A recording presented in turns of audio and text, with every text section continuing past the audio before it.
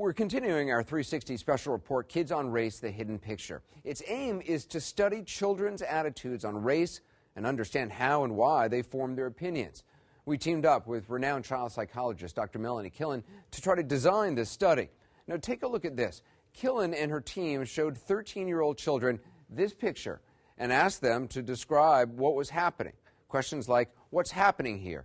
Are these children friends? And would their parents want them to be friends? Now, the picture is designed to be ambiguous. What's happening is in the eye of the beholder. Then they showed them this picture and asked the same questions. Now, the only difference between the two pictures, the race of the kids was flipped. Both white and African American children were tested, and the psychologist showed a similar set of pictures to 6-year-olds. At our request, they also asked kids open-ended questions about race to understand how it plays into their own lives. And as you'll see, the responses were raw. Some of the experiences they describe are shocking. In our first report, we told you that when testing 6-year-olds, the research showed an overwhelming majority of white kids were negative about interracial friendships. The majority of black children, on the other hand, were positive. But we discovered a lot changes from childhood to adolescence. Take a look. The study found when 6-year-old African American children were asked about interracial friendships, the majority responded like this. Carrie was trying to help her. And how much would they like it if the two were friends? Really like it.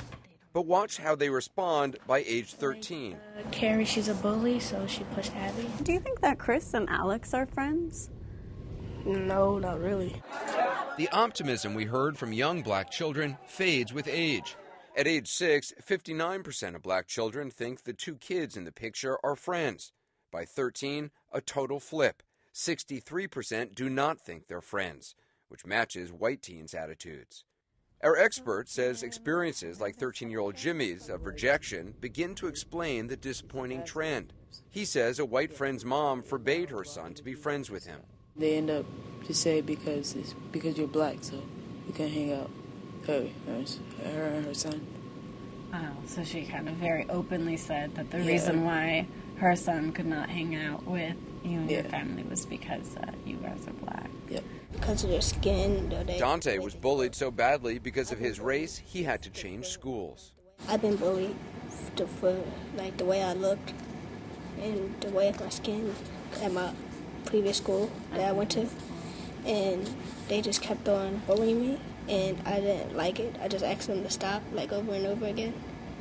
And then I tried not to break, but I couldn't hold on anymore. So I asked my mom, can I leave?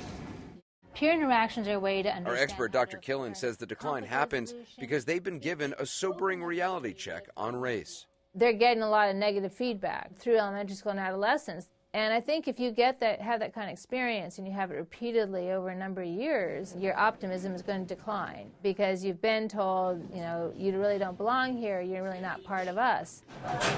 Dr. Killen also says anxiety about interracial dating from both black and white parents can have a profound effect on how their kids view friendships.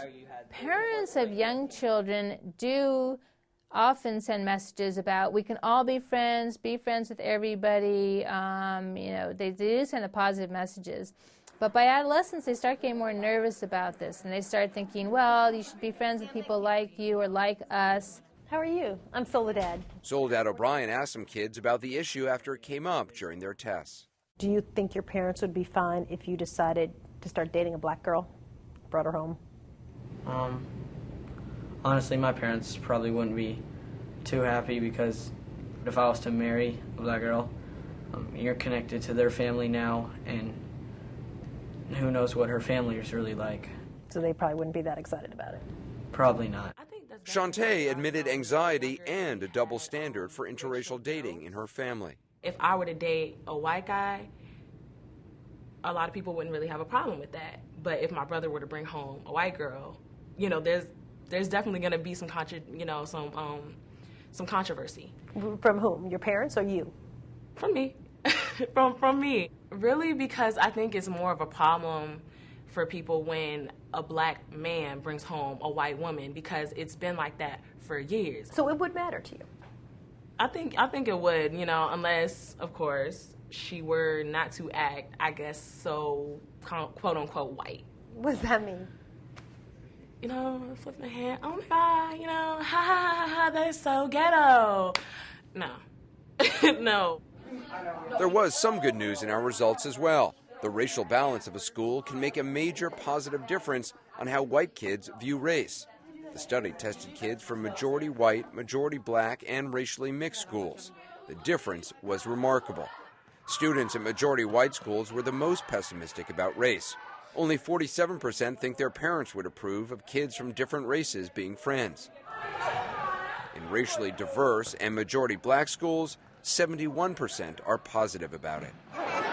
The reason, according to Dr. Killen, is friendships. There's almost nothing as powerful as having a friend of a different racial ethnic background to reduce prejudice.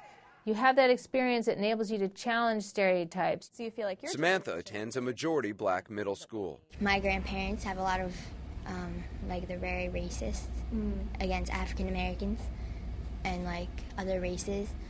But it's 2012, so they have to, push that aside. And they'll be like, no, that's wrong to be, you want to stick with your own race. And I'm like, no, I'm friends with everyone.